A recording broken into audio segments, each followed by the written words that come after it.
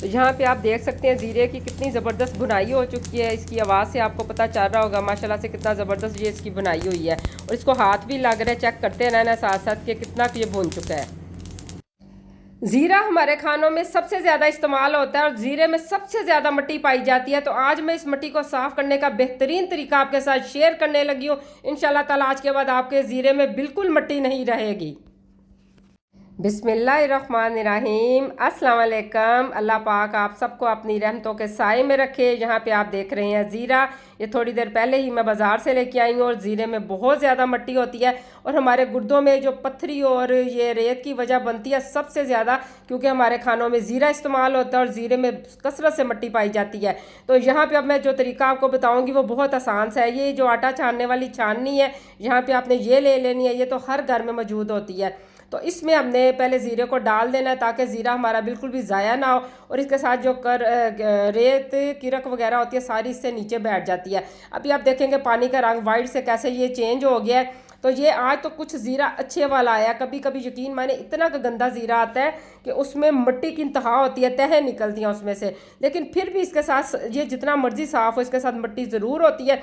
ये पहली दफ़ा पानी देखें ये कितना गंदला सा निकला है। तो ये जब हम ज़ीरे को पानी में ऐसे डालते हैं तो सारी मिट्टी जो पानी के नीचे चली जाती है। तो गर्मी बहुत ज़्यादा थी, आज फर्श पे भी मैंने पानी छोड़ा हुआ है। तो आपको पता है तरबेले में भी क्या हर जगह पे बहुत ज़्यादा गर्मी पड़ रही है। तो दूसरी दफ़ा भी मैं पानी को करने लगी। मैं 3 दफ़ा इसको पानी में ऐसे वाश कर लेती हूँ ताकि मिट्टी अच्छी तरह निकल जाए ना। मैं आज मैं आपको सिर्फ ज़ीरा धोने का तरीका नहीं बताऊंगी, बल्कि इसको मैं अच्छी तरह बुनाई करके कबाबों में कैसे इस्तेमाल करते हैं वो भी साथ आपके साथ रेसिपी शेयर करने लगी। तो आपने वीडियो को बिल्कुल स्किप नहीं करना, मुकम्मल वीडियो को वॉच करना है। अगर चैनल पर नहीं आया तो प्लीज़ चैनल को सब्सक्राइब कर लें और वीडियो को लाइक किया करें, शेयर किया करें। ऐसी वीडियो को तो लाजमी शेयर किया करें, लोगों को बहुत ज़्यादा फ़ायदा होता है। देखिए मैंने जब 3 दफ़ा इसको वॉश कर लिया, फिर इसको मैंने प्लेट में शिफ्ट कर दिया। छाननी को अच्छी तरह झाड़ लें, इसकी साइडों पे ज़ीरा लगा हुआ होता है। इसको आराम से हाथों से आप फैला लें, क्योंकि इस वक्त इसमें नमी है लेकिन इतनी शदीद गर्मी पड़ रही है कि इसने थोड़ी देर में खुश्क हो जाना है। सिर्फ मुझे 2 घंटे लगे थे धूप में जब मैंने इसको रखा। अब मैंने इसको धूप में रखा है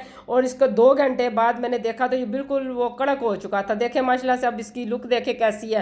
और धोने के बाद लोगों की अक्सर ये दिल में बात आती है, शायद इसकी खुशबू में फ़र्क आता है, इसकी ग़िज़ाइयत में फ़र्क आता है। यकीन माने ऐसी कोई बात नहीं होती है, ये वैसे का वैसा ही रहता है, बल्कि पहले से ज़्यादा ज़बरदस्त खुशबूदार हो जाता है, क्योंकि इसमें से मिट्टी बिल्कुल निकल चुकी होती है और ये बहुत कड़क हो जाता है धूप में रख के। गर्मी हो या सर्दी हो, इसको मैं ऐसे ही यूज़ करती हूँ। लेकिन मैं इसको कबाबों के लिए इस वक्त करने लगी हूँ। वैसे तो अब वो रेडी हो चुका है इस्तेमाल करने के लिए। तो आजकल ईद का गोश्त आपको पता है घर में वाफर मिकदार में मौजूद है और कबाबों में ज़ीरे का इस्तेमाल बहुत ज़्यादा होता है और खुशबूदार ज़ीरा सबको ही अच्छा लगता है। यहाँ पे अभी मैं इसकी बुनाई करने लगी।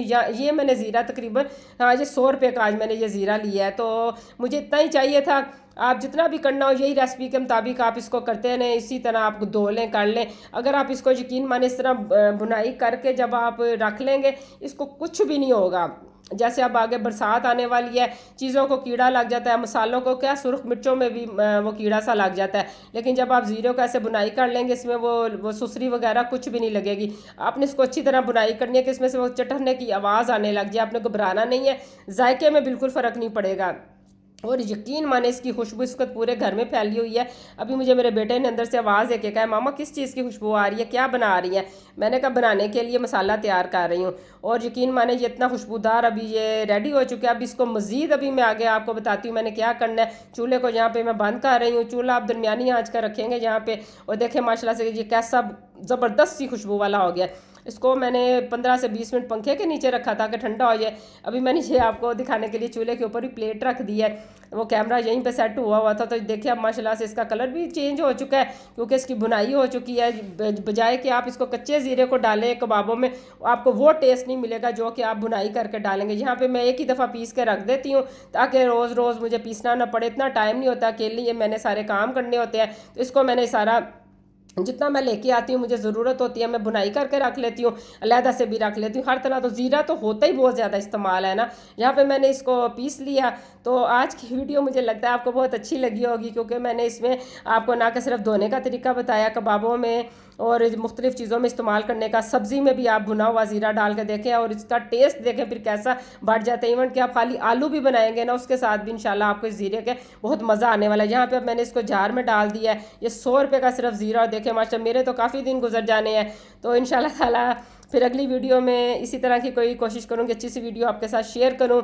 तो ये देखिए अब यहाँ पे कितना सारा ज़ीरा रेडी हो चुका है। दुआ में फिर मुझे याद रखें, मिलते हैं अगली वीडियो में। अल्लाह हाफिज़।